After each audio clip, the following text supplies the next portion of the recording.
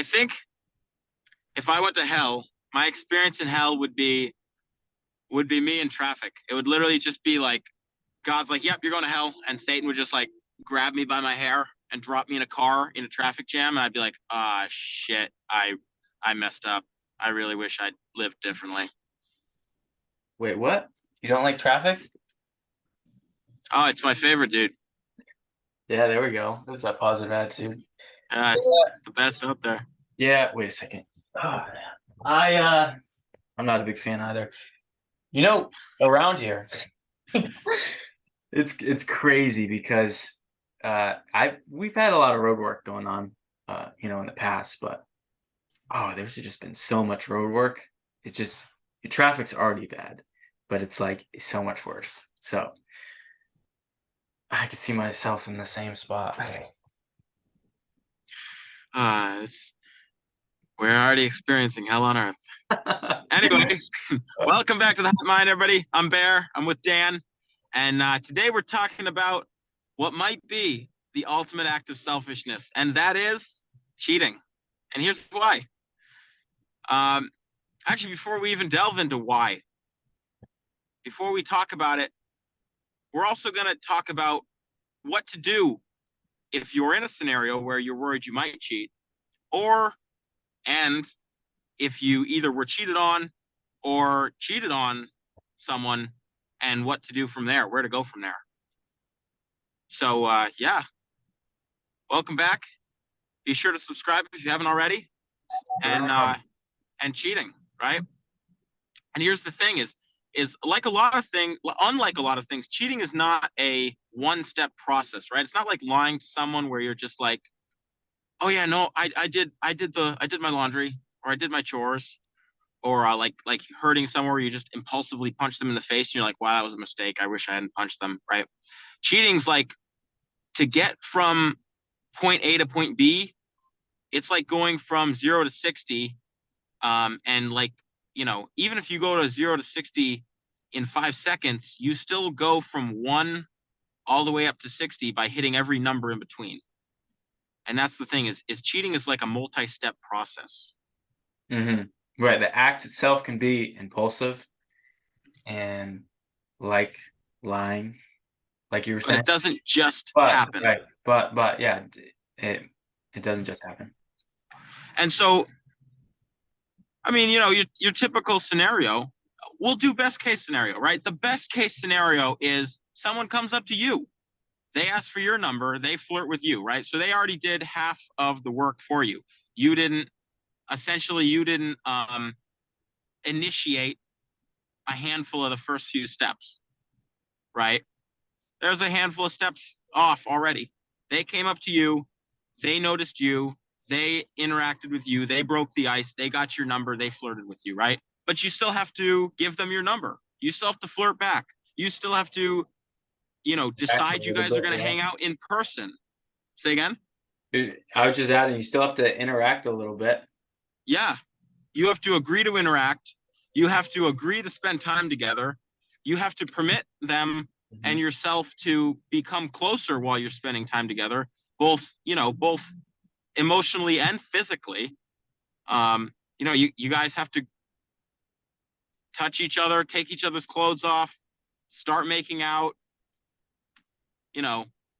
So you still end up with at least like 6 or 7 steps, even if someone does half the work for you in the beginning. Big snowball effect, just picking up.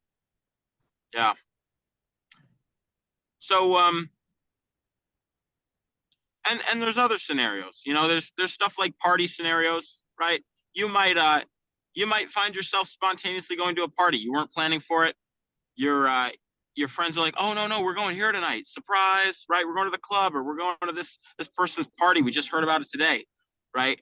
But there's still things you have to be aware of, and you are aware of them. You know that maybe you can't handle your alcohol. Maybe you need to be with a good friend group so that you don't feel lonely at the party. You know that people who hit on you, especially if you're a girl, they probably aren't doing it to be nice. Like, they have other interests in mind. As human beings, we know these things. And so there's still, even in a scenario like that, there's still multiple steps that are occurring that you're not like catching yourself and checking yourself at. And the whole point is you can say no, or you could have said no at any one of those steps. Right. You could have turned around, at any point on that stairway to the top, right? And obviously the top is the act of cheating itself. So why is it selfish? Well, what's the definition of love? It's to will the good of the other, right? If you love someone, then you're going to give. And if you're in a relationship and doing it semi-properly, then you're in that relationship to give to that person. If you're living your life properly, you're in a state of maybe not constant giving, but you're attempting to give what you have to offer, the gifts that you have to offer as a person, as frequently as you can in life. And in a relationship, the same thing. You're there to give. And so obviously, You're frozen. if you're There we go. You're back. You froze for a little bit. it's Yeah, keep going. probably just internet connection. Obviously, if you're in the process of focusing all this energy and going through all these other steps with someone else, you're not giving to your partner, right? So that's what makes it so selfish. Yeah, I agree with that.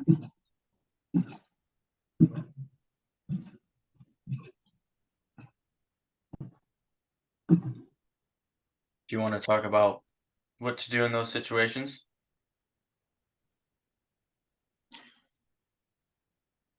In a moment, you didn't have anything to add on No, I mean, on the process. Sure, I'll add a little bit. So,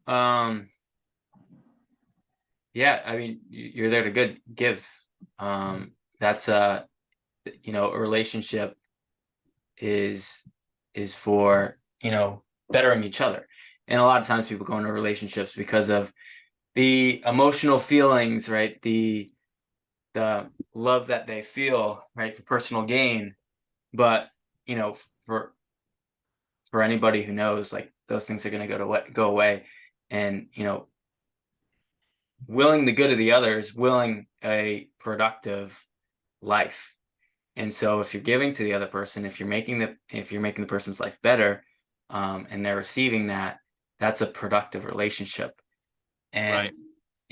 If someone isn't receiving your love, or if someone isn't giving back and complimenting the relationship, it's a unproductive relationship.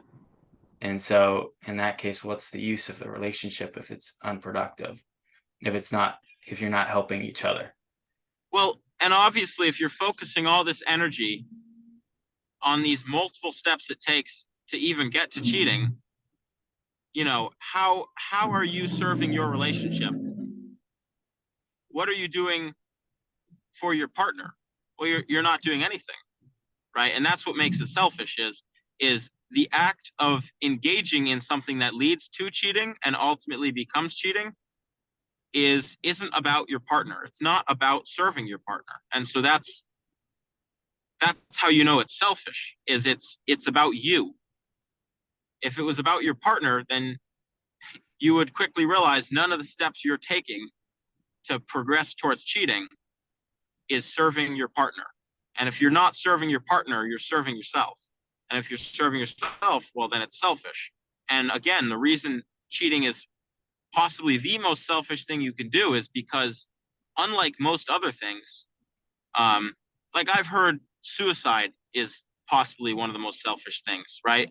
And I would say, while it's definitely up there, as as sensitive and hurtful as that may sound to someone who's experiencing that, right? You have to look outside of yourself. That's something you can do on a whim. You can suddenly decide you're done and finish it, right? But cheating is not something you can do on a whim. You have to reach out, get together,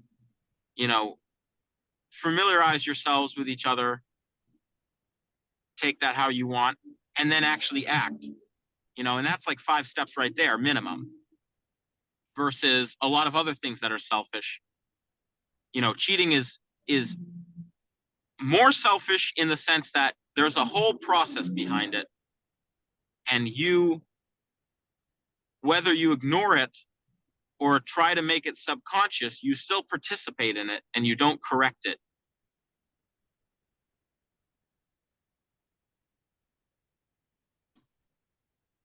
But let's talk about what to do if you're in this scenario. If you're in this, so let's say, what you want to go over? Let's say someone cheated on you. Let's say someone you're with, your partner, cheats. Yeah, it's the easiest to cover. Right, cheats on you. What should you do? Right, how should you respond? You find out. What should your response be? And you could argue this relationship is forgiving, so you continue to give.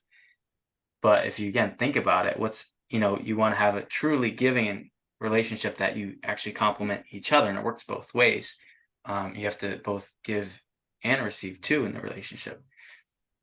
And if that's not happening, if they're receiving your gifts and it's being abused, should you be with them? Is it a productive relationship to stay in? And that's one reason to say no, cut it off. Because then then you lose your trust. I think Corey Wayne is an author, said without trust, there's no love without trust. Is that right, Bear? I don't know. I can't be sure, but I would say that that's a big one. Is you're gonna have a hard time giving in a relationship if you don't trust the other person, and you're probably never going to trust them to the capacity you would have if they hadn't cheated. Once they have, and that's why ultimately, if you find yourself in a scenario where you've been cheated on, it's over. Like, be real with yourself. Rip the Band-Aid off. It's done. At a minimum, you guys, as an exclusive labeled couple, are done. Yeah, and I wouldn't make it any longer than that. I wouldn't even make the description any longer than that. What do you do if you're the offender and you're the one who cheated? I would still say your relationship's over. Realistically, your partner should end it, but maybe you didn't tell them. You should tell them. And you guys should end it. Because, well, you mentioned Corey Wayne, and he says once a cheater, always a cheater, right? I think people can change, but you have to be careful how you take that, because while you totally could turn yourself around, there's some things that are harder to change than others. And cheating is one of those. It's a belief. It's a deeply ingrained belief that you adopted, from whenever you did. But it's a belief on how you treat yourself and how you treat others. And that is not a small belief system, for anybody, no matter what that belief system looks like. Mm-hmm. Yeah, you say so that. You're gonna need to, and it makes sense, but I think a lot of people that do cheat don't, could say, right, on the surface, it's wrong to cheat, right? You shouldn't be cheating. But there's a belief that you said it was okay. It was okay to cheat in that moment. And for someone that is non-negotiable cheating, right, they'll be able to say no. And someone that lets it slide, that they were able to say no, okay, and that's it. That's still the belief, even though on the surface you're like, yeah, that's wrong, right? You still thought it was okay to make it happen. And that's a big, and you said it before, Barrett, that's a big red flag that comes up to yourself, alert, that says, wait a second, I need to look back on myself. I need to work on myself here. Well, if you're someone who believes that cheating is wrong and you do it anyway, then you definitely know that you're acting out of selfishness, right? Because you already believe what you're doing isn't appropriate and you're doing it anyway, which means you're doing it for you. And that makes it wrong. And that also makes it selfish because you're doing it for you. And so, I mean, that right there only proves, what we started talking about to begin with. And maybe you don't want to consciously acknowledge that it's wrong. And you're like, yeah, cheating's okay. It just depends on the scenario, right? But odds are you probably didn't take the time to look at what scenario played out in front of you because you didn't want to. But man, I just lost what you were saying a minute ago. I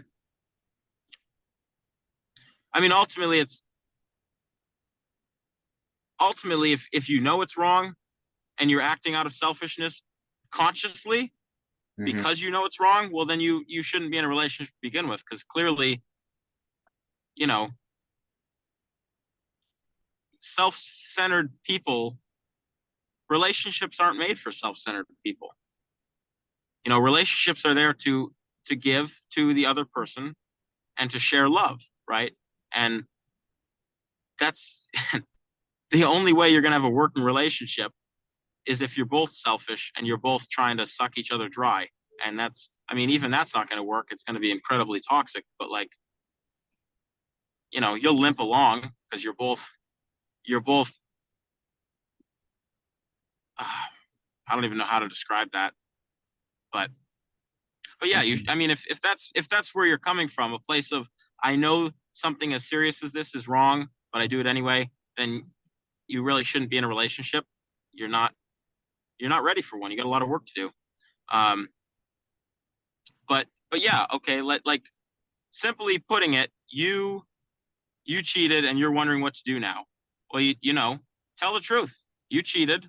You need to tell your partner that. And if they don't end it, you need to end it. And it's not an excuse to end it. This isn't, if I cheat, I can end my relationship, right? If you already know you want to end your relationship, then you should do that before you do something, morally incorrect. Yeah,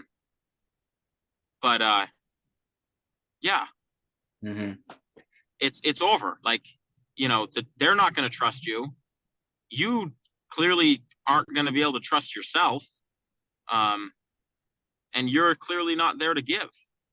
And if you want to be there to give, then you need to step out of the relationship to begin with anyway, so you can figure out how to do that and then enter a relationship and practice it rather than try to you don't try to fix yourself in the relationship. You fix yourself before you get in the relationship.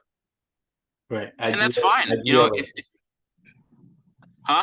Ideally, you do that. Right. Well, yeah, sure. You're going to have situations where you realize, oh, I didn't know this about me. I could really work on that. And you're already in a relationship. That's fine. But if you're like, wow, I'm really struggling with this. And your partner might not be able to help with that. Most people who cheat, it's because they don't have that communication with their partner or that connection. So how the heck are you going to work on yourself with them if you're not even willing to communicate that you need to work on yourself? Right. So yeah, that's a good point. I'm I guess kind of indifferent about if you're the cheater, breaking up with your significant other. But if they don't break up with you because you did that, I think that's also a flag too for them. But it's if you're the cheater, it's like you're in the wrong, obviously, but right. It's time for big transformation, because this is not something that is a little tweak and fix.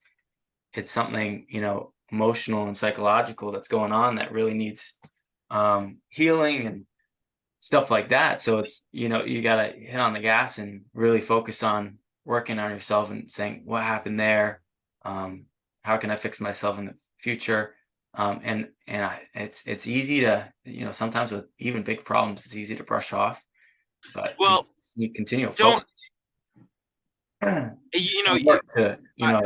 like I said, small problems, you little tweak and fix, but something like something like bigger problems, like Bear said, you said a cheater, or once a cheater, always a cheater.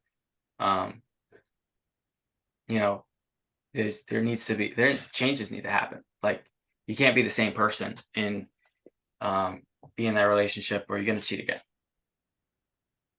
Well, I'm glad you're here to help me clarify some things, because you know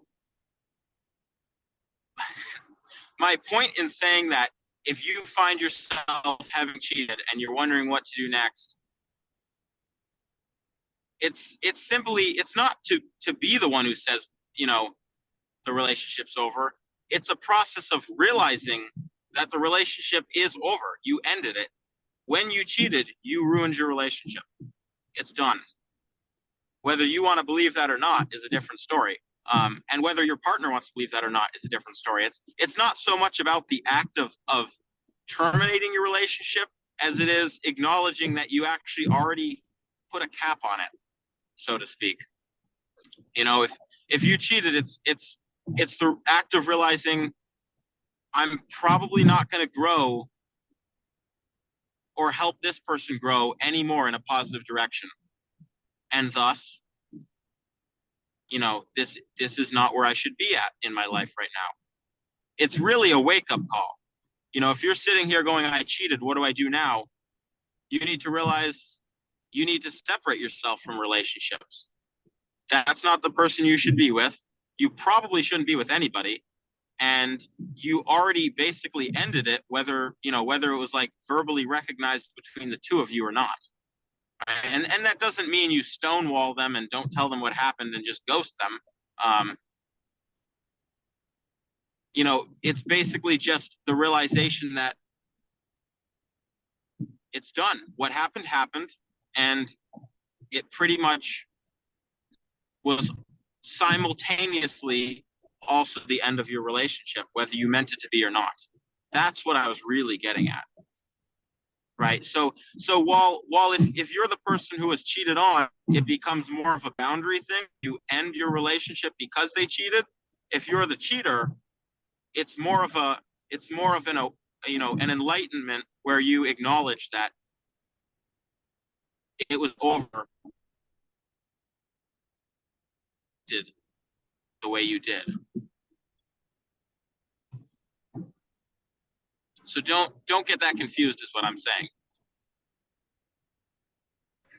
And then, what do you do if you're on your way to cheating? What do you do if you're like, wow, that guy asked me for my number and I gave it to him, and now that I think about it, I am attracted to him, and he is hot or whatever, or rich or interesting or exciting or cute, or vice versa. What do I do now? I mean, right there, you need to start thinking through it. You need to give yourself a reality check. This is what I'm looking at this person.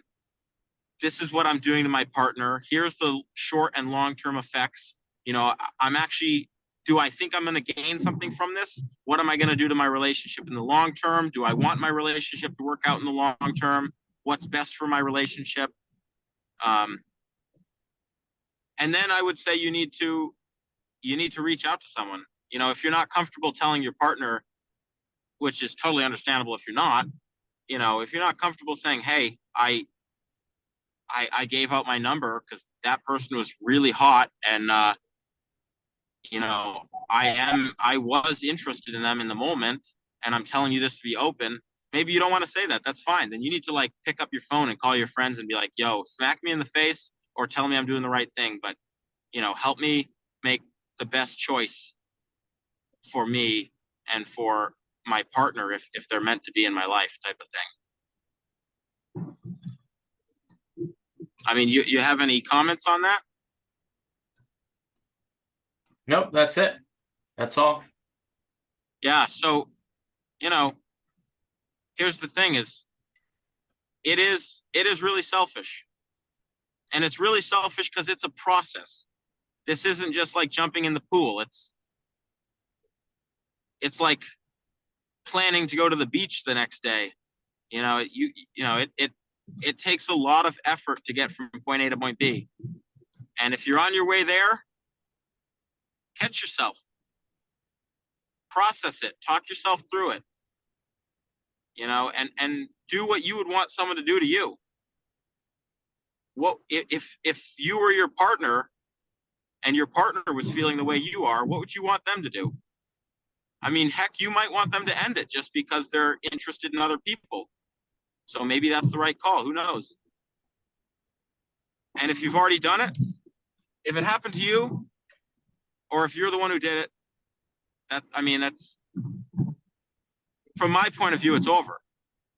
The trust is gone, and the ability to continue to grow with each other is severely damaged.